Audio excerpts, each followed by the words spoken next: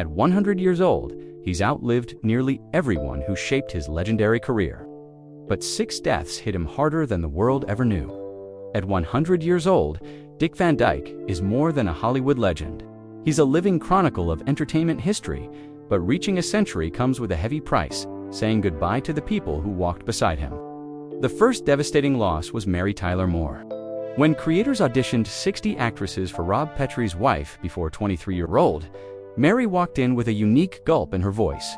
Dick was charmed immediately, and they fit like 2 puzzle pieces. Their connection was so natural, America thought they were a real married couple. When Mary passed in January 2017, at 80 years old, Dick stood at her memorial, explaining she was the engine of their show. While he got laughs, she held everything together with timing and heart. The next crushing blow came from Carl Reiner, who created the show and became Dick's closest brother. Carl had written Head of the Family for himself, but stepped back and let Dick take the spotlight. They spent almost every night together for 60 years at Carl's Beverly Hills home, eating dinner and watching movies. When Carl passed in June 2020, at 98, Dick said the world felt quieter without Carl's laughter. Those nightly dinners were over.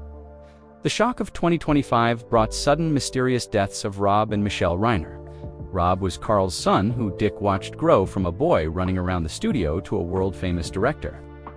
Dick had become like a second father, and losing Rob felt like losing a son. These deaths closed the door on the old Hollywood circle Dick lived in for 60 years. Walt Disney gave Dick his biggest break as Bert in Mary Poppins, recruiting him after watching his television show. During filming, Walt mentored Dick, teaching him how to handle major film sets. They spent hours on the Disney lot where Walt gave advice, telling him to choose projects that made people feel good. When Walt passed suddenly in 1966 from lung cancer, Dick felt the industry lost its North Star. Gene Hackman represented a different era, with gritty, serious acting, opposite Dick's light-hearted comedy.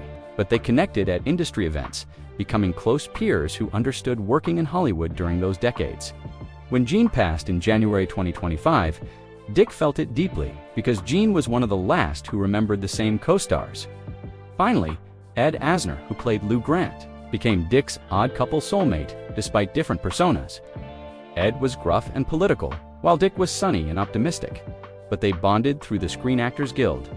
When Ed passed in August 2021 at 91, Dick felt like the last man standing with no one left to reminisce about those studio days.